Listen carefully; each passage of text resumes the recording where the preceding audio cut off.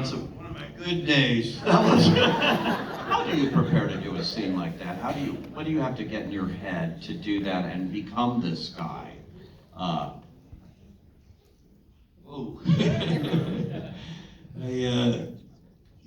think some of it was, if you see the whole movie, this is kind of late in the game. It's a two-part movie. It's a two-part movie, yeah. So, it starts with the great affection for his son, and spending a lot of energy to please his son and give him things and to make him included. And I think, Alex is probably a guy who's never got a lot of love from his father, and I think he tried to give his son love, and then it just got in deeper and deeper, and then his son had gotten in this boat accident, and the girl was killed, and then he spent a lot of energy trying to cover up and doing everything he could to protect his son, and then son seemed to not really be helpful in covering it all up, and it just all exploded out of frustration, I think, in the scene.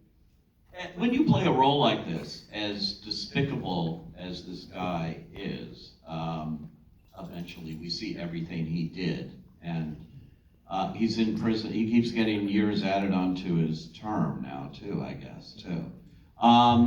Do you have to find something, some layer there, that you can see the human being and play the human being? And you sort of indicated that just now, too, that his background and things that you've gone into to help you. Yeah, I think it's always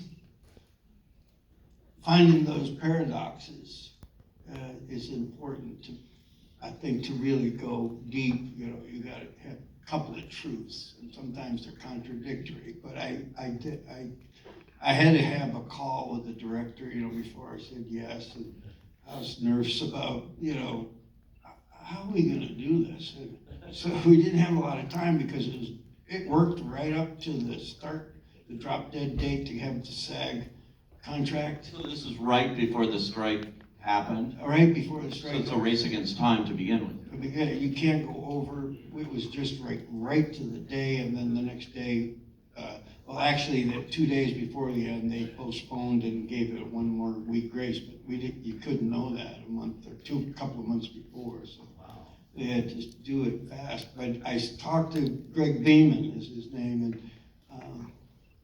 I said, yeah, you do good work, all that, but I think that Alec loved his wife and his son. And Greg said that. He said, I think he did too.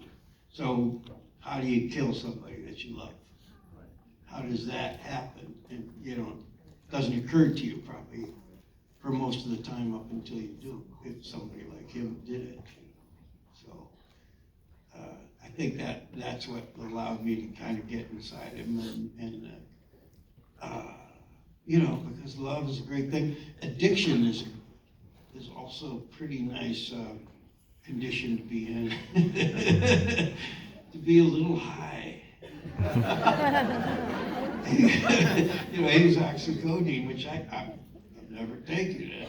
I didn't have to do it, but I just, there's that thing about it when you got yourself, you're flying the airplane up to a certain high, and you start to lose a little elevation, and then you want to up it, get back out of that turbulence that you got into, and you just bring, and then you just pop a few more, and you're back up, and you got incredible energy. You feel like you're almost like the hand of God or something sometimes. You just, and that kind of also, was the way he rolled.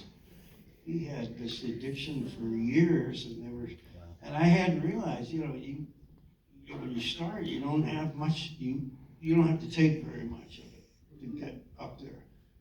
But then over the years, it became like $50,000 a week. So you gotta get the money from somewhere.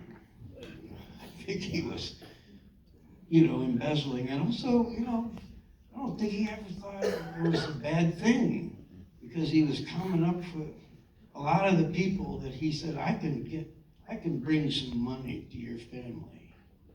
And, I think he probably thought of himself as, we'll bring a lawsuit, we'll do it this way, and you'll get some money. And then if I get a little more money than what I said I was gonna take, you still got more money than what you started with when you had nothing.